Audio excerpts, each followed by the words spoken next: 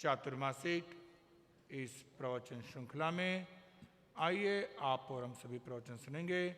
संस्कार दिवाकर श्री आलोक ऋषि जी महाराज, संस्कार दिवाकर श्री आलोक ऋषि जी महाराज। एक आत्म भाव, एक आत्म भाव लोकालोक से भी प्यारा है। एक आत्म भाव, एक आत्म भाव लोक से भी प्यारा है। ना मिले जड़ भाव, ना मिले जड़ भाव, चेतन भाव तो हमारा है। उसी से उजियाला है। एक आत्म भाव, एक आत्म भाव लोकालोक से भी प्यारा है। एक आत्म अरिहंताणं ओम नमो अरिहंताणं। घबराओ न दुख से, जीवन में जीवन सुख दुख का मेला है।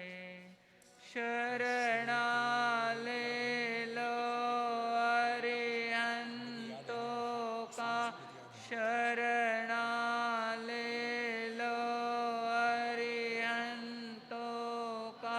क्यों करता व्यर्थ झमेला रे। यह प्रभु सुमिरन की बेला है। अरिहंताण ओम नमो अरिहंताणम। पंच परमेष्टि भगवंतों के पवित्र पावन स्मृति में कोटिशः वंदन। भगवान महावीर स्वामी के चरणों में कोटिशः वंदन। श्रमण संघ के प्राण जन जन के आचार्य भगवंत प्रातः स्मरणीय पूज्य गुरुदेव श्री आनंद ऋषि जी महाराज साहब, कर्नाटक केसरी घोर तपस्वी पूज्य श्री गणेश लाल जी महाराज साहब के चरणों में कोटिशः वंदन। वर्तमान आचार्य ध्यान योगी डॉक्टर पूज्य श्री मुनि जी महाराज साहब, युवकों की आन बाण शान श्रमण संघ की एक ऐसी विभूति जिसके द्वारा युवकों में नई जागृति उत्पन्न हो रही है। ऐसे सरलता सौम्यता के धनी युवाचार्य भगवंत आनंद कुलकमल दिवाकर महाराष्ट्र प्रवर्तक पूज्य गुरुदेव श्री कुंदन ऋषि जी महाराज साहब के चरणों में कोटिशः वंदन। हितमित भाषी पूज्य श्री हितेंद्र ऋषि जी महाराज साहब के चरणों में कोटिशः वंदन। सोई भी आत्मा को जगाकर भावना के ऊपर चिंतन मनन करते हुए अपनी आत्मा को अशुभ भाव से बचाकर शुभ भाव में लाते हुए शुद्ध भाव की ओर प्रयाण करने वाली सभी भव्य आत्माओं के भीतर में विराजमान शुद्ध स्वरूप परमात्मा को भाव सहित वंदन। एक अनोखी जादू, एक अनोखी शक्ति, एक अनोखी ताकत ऊर्जा जिसमें समाई हुई है, जो हमारे संसार परिभ्रमण को सीमित कर देती है, जो हमारे भव भ्रमण के चक्र को तोड़ देती है, जो जन्म जरा और मृत्यु रूपी श्रृंखला को तोड़ने की जबरदस्त शक्ति अपने भीतर में समाई हुई है, वह है भावना। और ये भावना हमारे भीतर के भव संताप को दूर करने का एक अनोखा उपाय है। जन्म जरा रूपी और मृत्यु रूपी इस त्रिवेणी संगम को तोड़ने की एक जबरदस्त शक्ति समाई हुई भावना है। तो इस भावना को धीरे धीरे अशुभ से बचकर शुभ में और शुभ से शुद्ध की ओर जब हमारी आत्मा बढ़ेगी तो निश्चित हमारा मनुष्य जन्म लेना सार्थक और सफल होगा। आज ऐसी एक भावना के ऊपर हमारा चिंतन और मनन चलने वाला है। आज तक हमने दुनिया को देखा, पर वस्तु को देखा, पर पदार्थों को देखा, देखकर राग द्वेष भाव किया है और उस वस्तु को, उस पर पदार्थ को, पर व्यक्ति को अपना समझकर जिंदगी में सबसे बड़ा धोखा ही धोखा पाया है। लेकिन पर में हमेशा अशांति ही मिलेगी। पर को निमित्त मानना, पर में रममान करना दुख का कारण माना गया है। तो ऐसे पर से हटकर स्व में आना, और आज हमारी भावना चलेगी एकत्व भावना। एकत्व भावना क्या है? एकत्व भावना है आत्मा का चिंतन करना। शरीर और आत्मा अलग अलग है, शरीर और आत्मा पृथक पृथक है, इसका विचार करना, इसके ऊपर चिंतन और मनन करना, इसी का नाम है एकत्व भावना।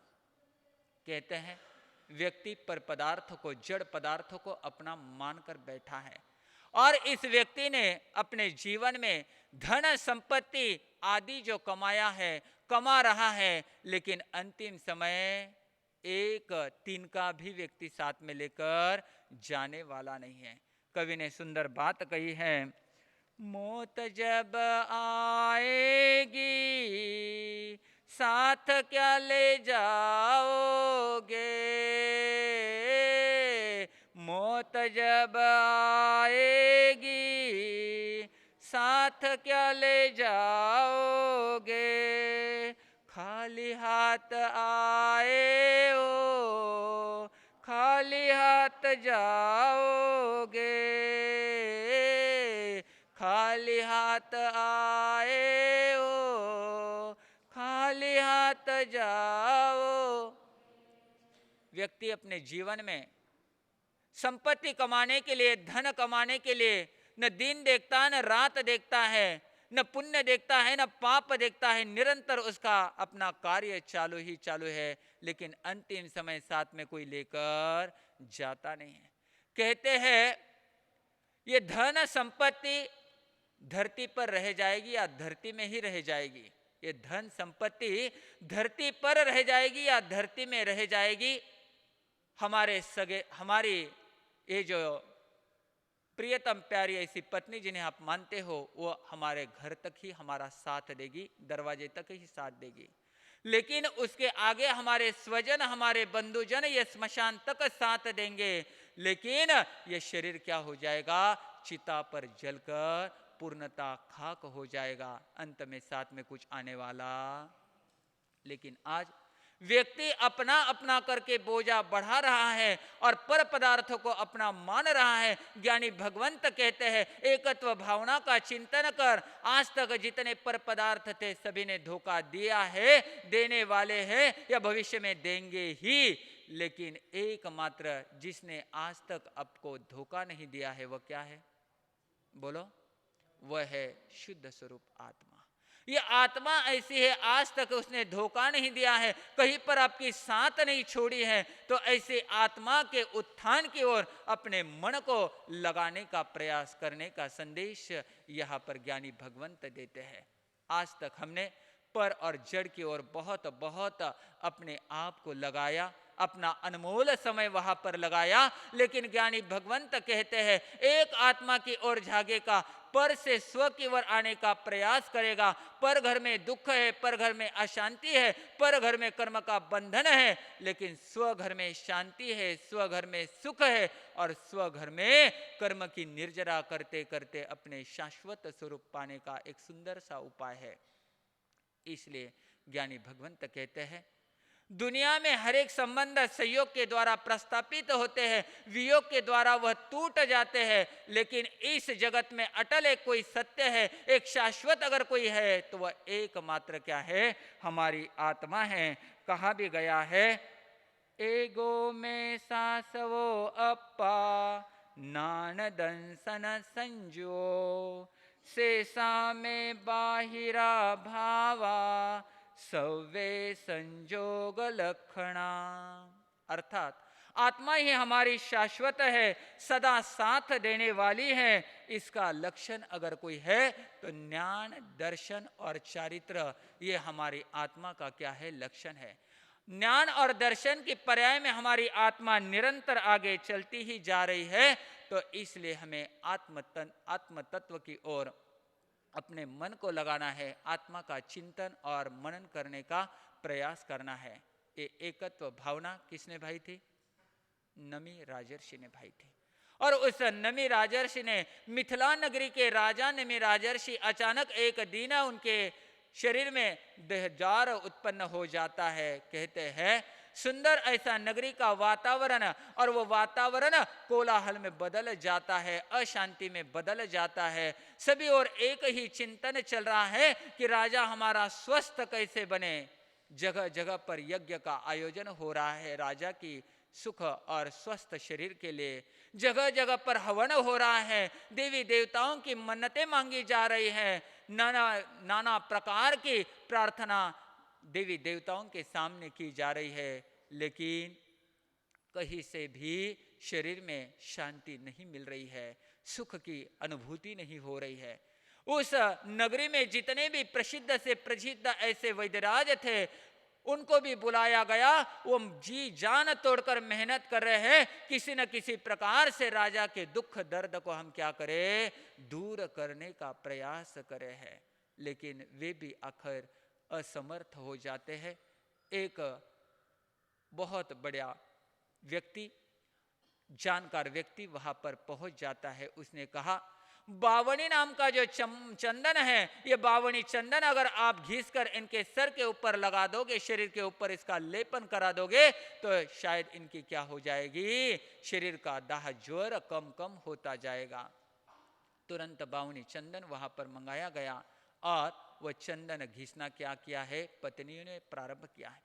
1008 पत्नियां चंदन घिसने का काम कर रही है और ऐसा चंदन घिसता जा रहा है। एक तो भीतर का इतना दर्द और ऊपर से ये कोलाहल, ये आवाज, क्योंकि जब चंदन घिसा जा रहा था चूड़ियों का आवाज हो रहा था, झंझनाहट वहां पर चूड़ियों की हो रही थी। नमी राजर्षि को वह सहन नहीं हो पा रही थी। उन्होंने कहा एक तो भीतर का दाह ज्वर और ऊपर से आवाज, ये मुझे सहन नहीं हो रहा है, ये आवाज बंद किया जाए।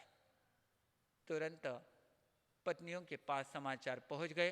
पत्नियों ने एक एक सिर पर सुहाग की निशानी हिसाब से एक एक चूड़ियां रखी, बाकी शेष सब उतार कर नीचे रख दी है। यहां पर चंदन घिसना प्रारंभ हो रहा है। पूछा क्या बात है, अब आवाज कैसे बंद हो गया है? बोले चंदन घिसना तो प्रारंभ है, लेकिन पत्नियों ने अपने हाथ में से बाकी तो चूड़ियां उतार दी है। एक सुहाग का लक्षण हिसाब से एक एक चूड़ी हाथ में रखी है। उस एक शब्द को सुनते सुनते चिंतन करने लग गए हैं। जहां एक है वहां पर शांति की अनुभूति उन्हें हो रही है। आवाज कोलाहल बंद हो गया, झंझनाहट बंद हो गई, थोड़ी सी तसल्ली उनको मिल गई है और उसके ऊपर उनका चिंतन चल रहा है। जहां पर एक चूड़िया वहां आवाज नहीं है, जहां पर अनेक है वहां पर आवाज है, जहां पर एक है वहां पर सुख है, जहां पर एक है वहां पर शांति है, और जहां पर अनेक है वहां पर कोलाहल है, वहां पर अशांति है। ऐसी चिंतन की धारा चल रही है। भीतर में चिंतन कर रहे हैं, मैं अनेकों से घेरा हुआ हूं, अनेकों से मेरे संबंध प्रस्तापित है, अनेकों की चिंता मेरे दिल दिमाग में है, इसलिए क्या है, ये सारी अशांति है। अब मुझे क्या करना है, एकत्व यानी अपनी आत्मा का लक्ष्य रखना है और आत्म उन्नति, आत्म उद्धार करना है। मन में शुभ संकल्प कर लेते हैं, इस दाह ज्वर से मुझे समाप्ति मिल जाए, मुक्ति मिल जाए, तो मैं क्या करूंगा, मैं आरंभ परिग्रह का त्याग करने वाला, शांत दांत ऐसा और आत्मा को उत्कृष्ट पद पर ले जाने वाला ऐसा संयम अंगीकार कर लूंगा। और जैसे मन में उनके वो भाव आ गए हैं, दृढ़ संकल्प उन्होंने कर लिया है। व्यक्ति संकल्प करता है, चाय की सौगंध साल भर के लिए लेता है, फिर बीच में महाराज जी इसके बदले दूसरा कोई दो ना, संकल्प डामाडोल हो जाता है। पानी रे पानी तेरा रंग कैसा, जैसे मिलाए वन बन जाए वैसा। जैसा वातावरण आ जाता है वैसे आदमी इधर उधर लुढ़क जाता है। लेकिन उन्होंने ऐसा दृढ़ संकल्प कर लिया और जैसे संकल्प कर लिया उनकी वेदनाएं धीरे धीरे धीरे कम होकर समाप्त हो गई है।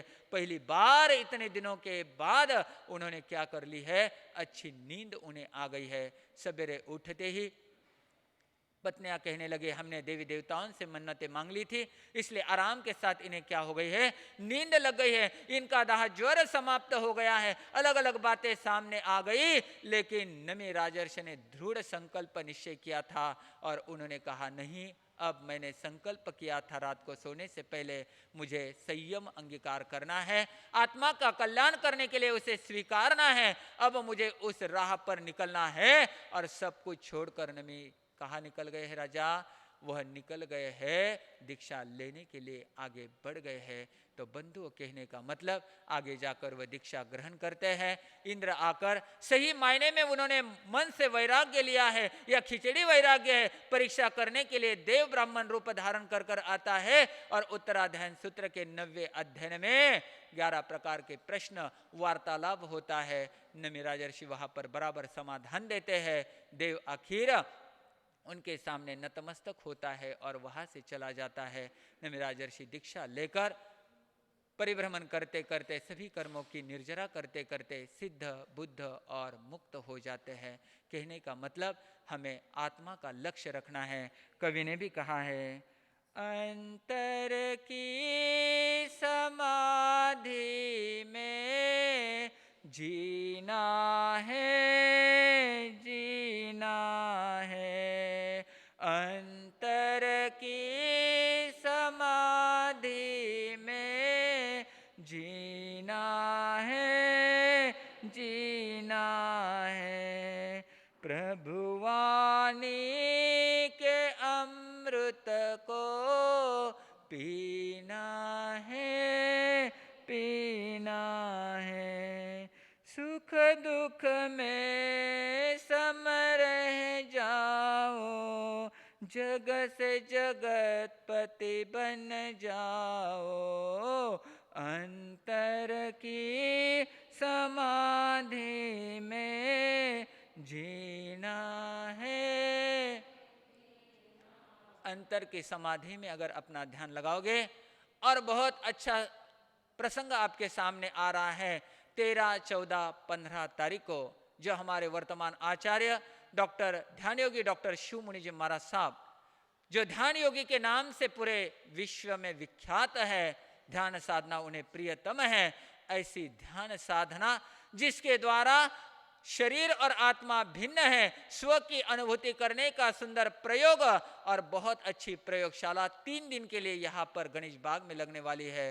तो जरूर इस ध्यान साधना में स्व की अनुभूति करने का, स्व का आस्वादन करने का प्रयास आपको जरूर जरूर करना है। तो निश्चित अपनी आत्मा की ओर ध्यान देते हुए आत्म उन्नति की ओर जो आत्मा आगे बढ़ेगी वो आत्मा यह वह आनंद ही आनंद को प्राप्त करेगी। ओम शांति। अभी अभी आपने संस्कार दिवाकर श्री आलोक ऋषि जी महाराज से 12 भावना का जो उनका चिंतन चल रहा है उसके ऊपर प्रवचन सुना। आइए अब प्रवचन की श्रृंखला में आप और हम सभी प्रवचन सुनेंगे। गुरु आनंद के ज्येष्ठ शिष्य आनंद कुलकमल दिवाकर, महाराष्ट्र प्रवर्तक पूज्य श्री कुंदन ऋषि जी महाराज साहब, महाराष्ट्र प्रवर्तक पूज्य श्री कुंदन ऋषि महाराज साहब। घड़ी में फर्क है, हमारे पीछे वाले घड़ी में कितने बजी और हमारे सामने वाले घड़ी में 9:15। हाँ, तो 15 मिनट का फर्क है, ऐसे कोई प्रॉब्लम नहीं। आज बारिश ही चल रही है, कहीं जाने की किसी को गड़बड़ तो है नहीं, सब इतने दूर से यहाँ पहुँचे हैं, आराम से आप सभी भी प्रवचन सुनेंगे। बाकी हमारा प्रवचन तो ऐसे समय पर ही होगा, कोई प्रॉब्लम नहीं, बराबर हमारे प्रवचन चलते रहेंगे। आज बारिश का दिन है तो प्रवचन भी थोड़ा देर तक चले तो भी कोई प्रॉब्लम नहीं। प्रवचन बारिश बरस रही है तो वाणी भी थोड़ी बरसेगी तो भी कोई प्रॉब्लम नहीं। आज विनय यही है चरणन में, प्रभु विनय यही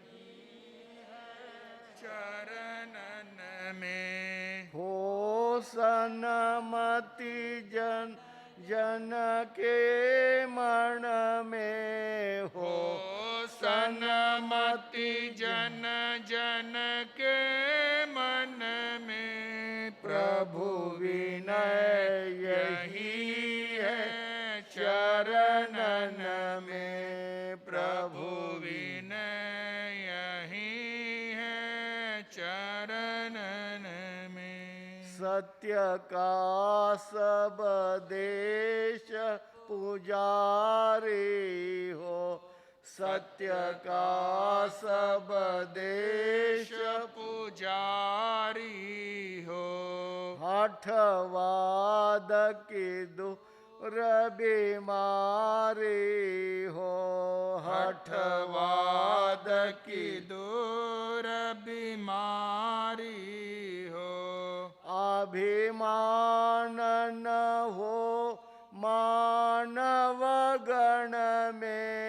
अभिमान न हो मानव गण में। प्रभु विनय यही है चरणन में। प्रभु विनय यही है चरण। अज्ञान तिमिरान्धानां ज्ञानाञ्जन शलाकया चक्षुरुन्मीलितं येन तस्मै श्रीगुरवे नमः। तस्मै श्रीगुरवे नमः।